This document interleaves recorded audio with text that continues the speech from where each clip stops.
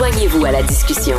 Appelez ou textez le 187 Cube Radio 1877-827-2346. Je suis toujours surpris de voir à quel point on a mis la COVID-19 derrière nous.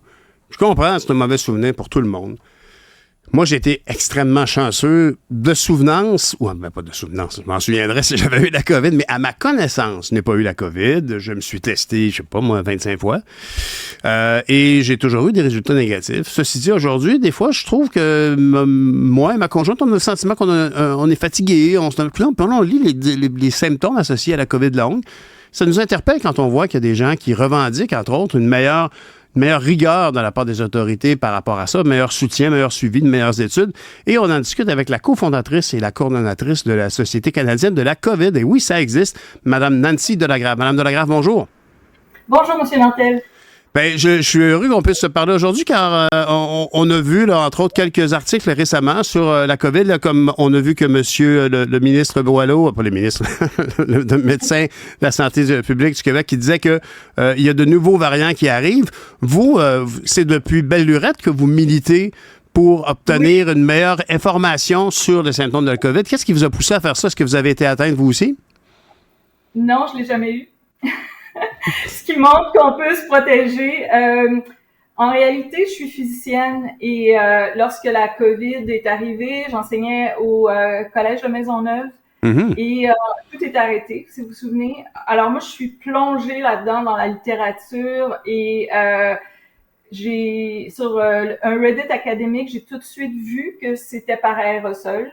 Et donc, apparemment, je suis la première à l'avoir dit au Québec, puis j'ai développé un lien avec des journalistes comme André Noël, et j'ai été invitée souvent sur Cube Radio, spécialement Benoît Dutrisac, donc... vous êtes une habituée Vous êtes une habituée pour nos auditeurs. Vous êtes une personnalité avec laquelle ils sont bien familiers. Mais dites-moi deux choses. Tout d'abord, vous dites que vous êtes physicienne. Donc, vous avez étudié en physique et vous avez donc enseigné au Collège de Maisonneuve la physique. Vous êtes donc une scientifique de nature. Vous aimez les chiffres, l'objectivité, j'imagine bien. Et vous avez aussi évoqué que vous avez vu un Reddit sur le sujet de la propagation par aérosol. Qu'est-ce que vous voulez dire par un Reddit? C'est comme un Reddit, c'est comme un endroit où les gens discutent, mais là, c'était que des académiques. Ils discutaient des articles. Donc, c'était clair, évident. D'ailleurs, si vous regardez, l'OMS, le février 2020, a dit, dans le fond, c'est M. Tedros, a dit Ebola is lousy. Que la COVID se transmettait de façon aérienne et que c'est beaucoup plus dangereux que l'Ebola. Et il y a le Dr. Mike Ryan à côté qui a demandé de se rattraper, de dire que ça se transmettait pas de façon aérienne comme les militaires l'entendent. Et là, vous vous référez au Dr. Mike Ryan. Quel était son rôle dans cette grande saga? Directeur général de l'OMS. En tout cas, il a un rôle très, très, très avancé. Et l'histoire qui est vraiment triste, c'est que quelques semaines après, l'OMS a écrit un tweet qui est célèbre qui dit COVID is not airborne. Ils disent que c'est un mythe. Oui. Et maintenant, on sait qu'environ 99% ou plus de la COVID se transmet par aérosol. Donc, on avait une fenêtre pour dire aux gens de porter un bon masque, c'est-à-dire les N95, de travailler sur l'air intérieur, de mettre de la filtration. J'avais construit avec votre collègue un cube Corsi Rosenthal en ondes. Ça avait été... c'est un truc, ça coûte environ 80$, puis... ça permet de rendre un environnement comme une classe 3 fois plus sécuritaire. Donc, c'est des choses comme ça. Mais dites-moi, il y avait comme un blocage pourquoi, qu'est-ce qui, d'après vous, justifiait que l'Agence de santé mondiale dise non, c'est pas transmis. Qu'est-ce qui aurait pu les motiver à exclure cette théorie? Il y a beaucoup qui est écrit là-dessus. Premièrement, c'est il y a des dogmes en médecine, et un des dogmes, c'est que ça se transmettait par gouttelette. Et de dire que ça se transmet par gouttelette, c'est très rassurant, parce que les gens pensent qu'ils peuvent se protéger en étant à 2 mètres et plus. Ils pensent qu'ils peuvent se protéger en portant pas de masque. Mais c'est faux. Et là, quand on dit que ça se transmet par aérosol, ce que ça veut dire, donc, ça veut dire que la société, les administrations doivent faire des choses. Ils doivent rendre les lieux sécuritaires publics. Il y a la société ASHRAE, je sais pas si vous connaissez, c'est la société en Amérique du Nord qui est dans le fond la plus haute instance pour la ventilation, le chauffage, la climatisation.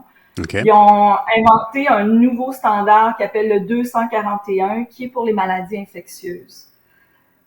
Nous autres, on pense que ça serait une bonne idée qu'il soit implémenté, parce que c'est pas seulement la COVID qui se transmet par aérosol, mais c'est la tuberculose qu'on voit de plus en plus, c'est la coqueluche, c'est j'ai un problème, le measles en français, qu'est-ce que c'est donc? Je ne sais pas, pas le muguet quand même? Non. C'est une maladie de bébé. Mais de toute façon, je suis content qu'on puisse se parler parce que il semblerait donc qu'il y a de nouveaux variants qui arrivent. Il n'y a pas de quoi, là, pour le moment, en tout cas, moi, je ne voudrais surtout pas là, alerter les gens inutilement, mais il y a quand même une surveillance à faire de ces enjeux-là. Il y a des nouveaux variants qui arrivent, qui sembleraient ne sont pas très, très dangereux. Mais je me souviens de Mme Tremblay qui a publié un livre qui disait « Sommes-nous prêts pour la prochaine pandémie? » La question se pose, est-ce qu'on serait prêt? Imaginons que ça arrive, là, qu'il y a un foyer qui se développe quelque part, peut-être pas encore en Asie, peut-être ailleurs, et là, ça se propage. Est-ce que ça se peut que ça revienne? Et si oui, quelles en sont les chances, les probabilités? Absolument. Mais j'aimerais peut-être nuancer. On sait présentement que ces variants-là, les urgences sont débordées. Présentement, c'est pas tellement au Québec, mais le coprésident de la société est à Calgary, c'est un médecin d'urgence. Il a travaillé dans les derniers jours. Il dit qu'il y avait un niveau de COVID très élevé. Ah oui? Oui. Si on regarde Los Angeles, le LA Times a écrit un article qui est excellent. Dans le titre, ils disent « Do you want to play with COVID roulette? » Et les gens qui partagent des témoignages, c'est sûr que c'est anecdotique, mais c'est des gens qui avaient eu la COVID plusieurs fois, pour lesquels ça n'avait pas été très dangereux. Mais là, ils sont terrassés et ils disent qu'ils ont beaucoup de sécrétions. Il y a beaucoup de symptômes gastro-intestinaux. Ça, il faut penser à ça. Quand on a la COVID, le récepteur ACE, il est partout dans le corps. Donc, il y a des gens, particulièrement les enfants, que c'est des nausées, des vomissements, la diarrhée. Donc, des crampes. Il faut penser à ça lorsqu'on a des symptômes comme ça. Ça vaut la peine de faire un test. Les tests sont toujours gratuits dans les centres de vaccination. Information très, très pertinente parce que je me mets à la place de n'importe qui nous écoute puis qui fait comme bon, écoute, sans vouloir faire paniquer les gens. Il y a matière à demeurer vigilant. C'est un peu le devoir, peut-être. Je ne veux pas amener des devoirs citoyens à tout le monde, mais si on a le sentiment qu'on a des symptômes qui se rapprochent de ça, d'aller vérifier. Et vous me dites donc, je me disais tout de suite, oui, mais les tests ne sont plus disponibles. Ils le sont toujours dans les centres de vaccination, mais non pas dans les pharmacies. Oui. Non, pas dans les pharmacies. OK, c'est très pertinent. Et les tests, ces tests-là, même s'ils datent de l'époque d'il y a 1 an ou 2, il ne faut pas que la date de péremption soit passée, bien sûr, mais en termes microbiens, là, ils sont quand même compatibles avec l'évolution de la COVID, ces tests-là. Oui, sauf qu'il y a une nuance à apporter. C'est que maintenant, puisqu'on est vacciné, puisque plusieurs personnes ont eu la COVID, on commence à développer des symptômes à peu près dès qu'il y a une petite charge virale suffisante dans notre corps. Mais les tests tournent positifs au 5e jour environ. Okay. Donc, les symptômes commencent avant les symptômes. Les symptômes commencent avant qu'on soit contagieux et avant que les tests soient positifs. Ce qui complexifie, ça complexifie un peu la méthodologie parce que aussitôt qu'on est malade, on dit, ben là, on voudrait pas transmettre la COVID. En même temps, est-ce que on doit demeurer aux aguets? on discutait en équipe tout à l'heure, juste avant d'entrer en onde, à quel point ça a été une responsabilité qu'on s'octroyait à chacun si tu as la COVID, si tu penses que tu ne viens pas travailler, etc. Est-ce qu'aujourd'hui, une personne qui a cette crainte-là, est-ce qu'on peut dire qu'il y a une immunité générale qui fait quand même que on peut tolérer ce délai de 5 jours que vous exprimez entre les symptômes et le test positif qui pourrait apparaître? C'est une mauvaise idée. Il y a un sondage qui a été fait à travers le Canada. C'est une étude de Mona Nemer, la scientifique en chef. Oui. Et ce qu'elle a montré, c'est que si on avait eu 3 infections ou plus, on a 38% de développer des symptômes à long terme, ce qui est très, très, très semblable à la COVID longue. Donc, il y a 3,5 millions de Canadiens qui en juin 2023, avaient eu des symptômes à long terme. Et là-dedans, il y en a plusieurs qui n'ont pas été capables de travailler ou qui ne sont plus capables de travailler à temps partiel. Donc, la COVID longue a un effet qui est énorme. Moi, je le vois, on a eu 200 bénévoles qui se sont proposés à nous, mais ces gens-là, ce sont des avocats, ce sont des professeurs d'université, ce sont des gens en marketing qui sont affectés par la COVID longue. Mm-hmm.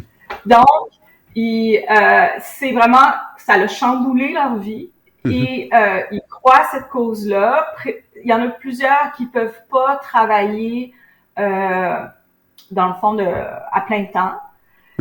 Ou ils ne travaillent pas, mais ils veulent s'investir un petit peu dans une cause pour bien sûr, tant mieux s'ils ont des ressources à apporter, puis des idées et de l'énergie. Mais Mme Delagrave, on a passé peut-être un peu sans s'en rendre compte, là, on a parlé de la COVID longue, on parle actuellement de la COVID longue, que ça m'intéresse énormément, puis je pense que tout le monde veut en savoir plus, mais à la base, on parlait du délai de 5 jours entre l'apparition de symptômes de cette nouvelle COVID qui pourrait arriver et sa détectabilité par les tests.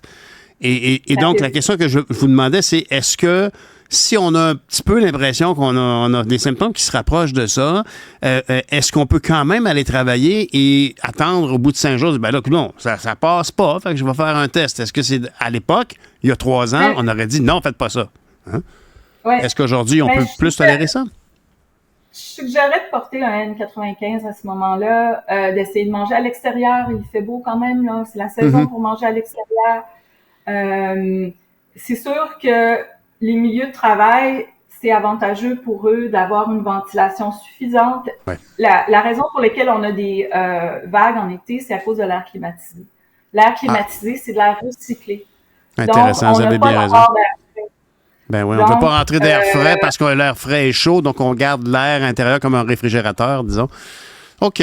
Ben c'est vraiment fascinant. Puis dites-moi donc, de retour à la COVID longue, vous avez l'impression donc que ce que Mona Nemer évoquait, c'est que près du tiers des Canadiens qui disent avoir eu la COVID 2 ou 3 fois ont des symptômes qui s'apparentent à la COVID longue. Quels sont ces symptômes, s'il vous plaît? C'est 3 fois et plus, et c'est 38%. Et ces symptômes-là, c'est une grande fatigue. C'est une fatigue que les gens se remettent pas. Les symptômes, c'est le malaise post-effort. Donc, on fait quelque chose qui est plus qu'on a de l'énergie pour faire. Pour certaines personnes, c'est prendre une douche. Puis là, ça prend 3 jours avant qu'on s'en remet. Pour d'autres personnes, c'est l'exercice. On nous a dit souvent que l'exercice aidait, mais ça l'aide pas pour la COVID longue.